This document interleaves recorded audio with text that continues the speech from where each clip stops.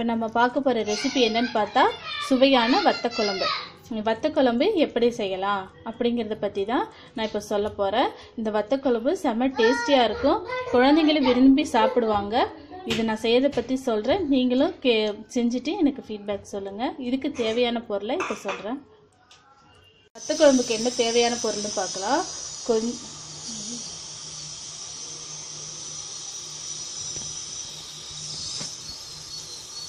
கொஞ்சம் கடுகு, அப்போ தாளிக்கிறது கடுகு வேணும். அப்புறம் 2 வரமிளகா, கறிவேப்பிலை, அப்புறம் ஒரு 10-15 பல்லு பூண்டு, வெங்காயம், சின்ன வெங்காயமாக இருந்தாலும் ஓகே, பெரிய வெங்காயமாக இருந்தாலும் ஓகே. அப்புறம் தக்காளி ஒன்று அரிஞ்சு வச்சுருக்கேன். அப்புறம் இது வத்தல். அதுக்கடுத்ததாக இதுக்கு என்ன பொடி வேணும்னு பார்த்தீங்கன்னா சாம்பார் தூள், அப்புறம் மஞ்சத்தூள் 2 தான் வச்சுருக்கேன், வேறு ஒன்றும் சேர்க்கல. அப்புறமா புளி நான் ஊற வச்சுருக்கேன். ஒரு கோழிக்குண்டில் ஒரு எலுமிச்சைப்பழ அளவு புளியை என்றைக்குமே நம்ம புளி ஊற வைக்கும் போது வெதுவெதுப்பான தண்ணியில் தான் ஊற வைக்கணும். அப்போ தான் நமக்கு திடமான நல்ல புளி கரைசல் கிடைக்கும், ஓகேங்களா. அப்புறமா ஒரு தக்காளி, ஒரு வெங்காயம் நான் எண்ணெய் லைட்டாக ஊற்றி வணக்கி வச்சுருக்கிறேன். அப்புறம் வரமிளகா இருக்குங்களா, வரமிளகா ஒரு 10-12 வரமிளகா, கொஞ்சம் கொத்தமல்லி, அதை நல்லா வெறும் வாணலியில் வறுத்து வச்சிருக்கிறேன். இதை முதல்ல அரைச்சிடணும். அரைச்சிட்டு அதுக்கப்புறமா இது கூட போட்டு அந்த வணக்கி வச்ச தக்காளி வெங்காயத்தையும் அரைக்கணும். அரைச்சிட்டு இனி நம்ம எப்படி இதெல்லாம் அரைச்சி ரெடி பண்ணிவிட்டு நம்ம எப்படி தாளிக்கணும்னு பார்க்கலாம்.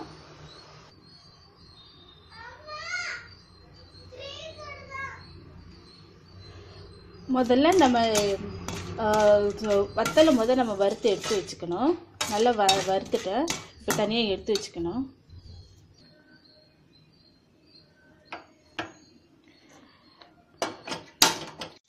இப்போ எப்படி நம்ம தாளிக்கலான்னு பார்க்கலாம்.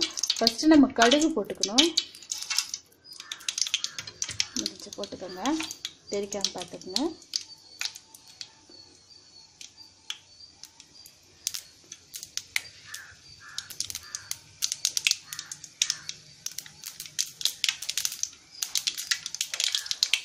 அது பாதி வெடிக்கும் போது கொஞ்சோண்டு வெந்தயம் போடும்.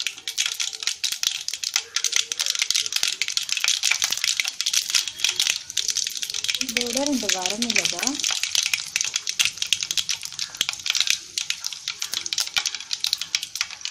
அப்புறம் பூண்டு போடும்.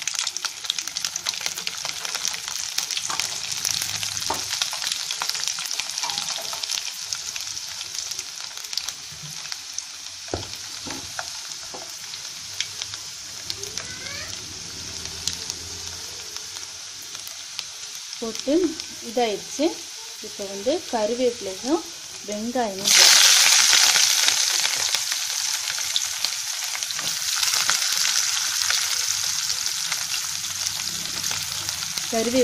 வெங்காயமும் போட்டிருக்கேன். போட்டுட்டு நல்லா வதக்கி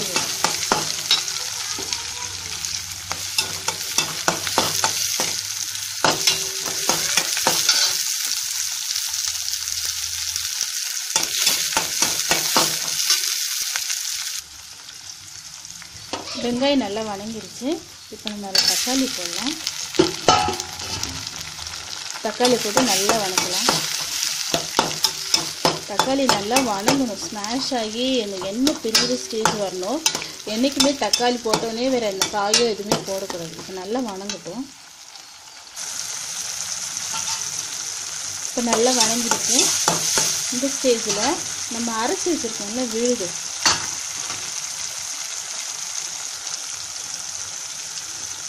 இந்த அரைச்சி வச்சுருக்க விழுதையும் அதில் சேர்க்கணும். மிளகா, மல்லிலாம் கலந்து வச்சுருக்கோம் இல்லையா, மிளகா, மல்லி, அப்புறம் ஒரு தக்காளி, வெங்காயம், ஒரு 3 சேர்ந்து அரைச்சி வச்சுருக்கோம். அதை சேர்த்து தண்ணியே ஊற்றக்கூடாது. இந்த மசாலா நல்லா மிக்ஸ் ஆகிற மாதிரி நல்லா கலக்கணும். அதோடு சேர்த்து இந்த சாம்பார் தூள் இருக்குல்ல, சாம்பார் தூளும் மஞ்சள் தூளும் போட்டணும். கொஞ்ச நேரம் கழிச்சு பாருங்க, இந்த கலர் எவ்வளோ கலர்ஃபுல்லாக செம்மையாக இருக்கும். நான் சொன்னால் நம்ப மாட்டேங்க, நீங்களே கொஞ்சம் நேரம் கழிச்சு பாருங்கள். நல்லா ஸ்மாஷ் ஆகட்டும், நல்லா வணங்கட்டும். இப்போ பாருங்கள், தெரியுதுங்களா? எவ்வளோ அழகாக கலர்ஃபுல்லாக செம்மையாக இருக்குது வத்தக்குழம்பு. இன்னும் புளியே ஊற்றலை, மசாலா மட்டும்தான் நம்ம போட்டிருக்கோம். இப்போ புளி கரைச்சி வச்சுருக்கோம் இல்லையா, புளி கரைசல், அந்த புளி கரைசல் எடுத்து இதில் ஊற்றிடணும். இவ்வளோ புளி கரைச்சிருக்கான்னு பார்க்காதீங்க, அந்த மிக்சியில் உள்ள அந்த மசாலாலாம் இருக்குல்ல, அது லைட்டாக தண்ணியில் கரைச்சி அதில் ஊற்றிருக்கேன். கொஞ்சம் புளி தான், ஏன்னா பிள்ளைங்க ரொம்ப புளியாக இருந்தால் சாப்பிட மாட்டாங்க.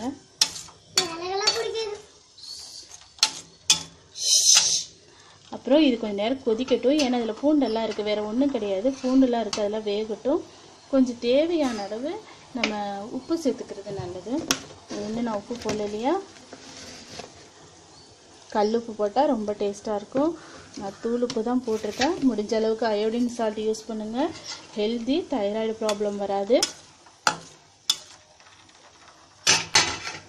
இது கொதிக்கட்டு, இதை மூடி வச்சிடலாம். இது கொதிக்கட்டும், இன்னும் கொஞ்சம் நேரம் கழிச்சு நம்ம பார்க்கலாம். இப்போ பாருங்கள், நல்லா கொதிச்சிருச்சு. பார்த்தீங்களா எண்ணெய் எப்படி அழகாக பிரிஞ்சு வந்துருக்குன்னு பார்த்தீங்களா, செம்ம வாசமாக வேறு இருக்குது. அதோட இந்த வறுத்து வச்சுருக்கிற இந்த அது பேர் என்ன, வத்தலையும் போடுங்க.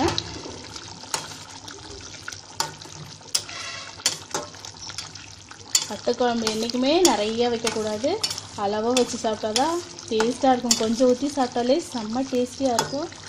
பாருங்கள் எப்படி கொதிக்குதுன்னு பாருங்கள், நல்ல எண்ணெய் இன்னும் நல்லா பிரிஞ்சு வரணும்.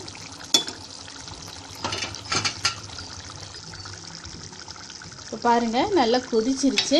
இப்போ நம்ம என்ன பண்ணணும்னாக்கா, இது கூட கொஞ்சம் ஒரு 1/4 டீஸ்பூன், நான் கொஞ்சமாக தானே வச்சுருக்கேன், அதனால் 1/4 டீஸ்பூன் அரிசி மாவு இருக்குல்ல, அதை தண்ணியில் கரைச்சி இதை அப்படி ஊற்றிடுங்க.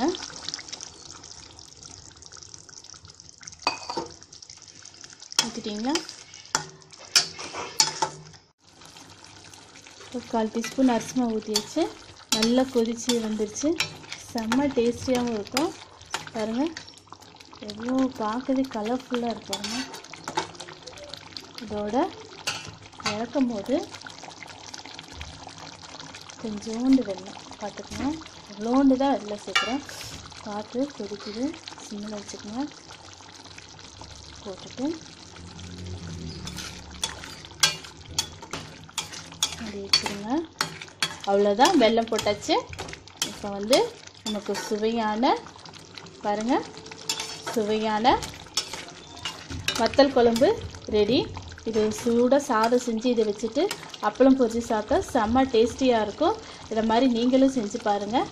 மேலே இதை மாதிரி சுவையான ரெசிபிகளுக்கும் தகவல்களுக்கும் சப்ஸ்கிரைப் பட்டன் அழுத்தவும். தேங்க்யூ.